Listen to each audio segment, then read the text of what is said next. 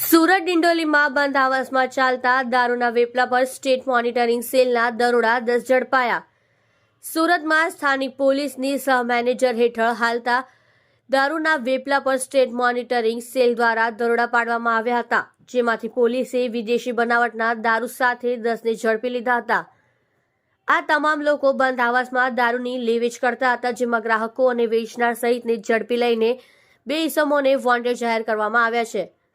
ડિંડોલી વિસ્તારમાં આવેલા Madhuram canal road પર બંધ આવાસમાં સ્ટેટ મોનિટરિંગ સેલ દ્વારા દરોડા પાડીને ભારતીય બનાવટના વિદેશી દારૂની 258 બોટલ, જેની અંદાજિત કિંમત 35,500 થાય છે, તેની સાથે 11,000ની કિંમતના 3 મોબાઈલ અને રોકડા રૂપિયા 77,000 કબજે કરવામાં આવ્યા હતા। સાથે 1.70 લાખના 2 વાહન અને કુલ મળીને 2.24 લાખનો મુદ્દામાલ કબજે કરાયો હતો।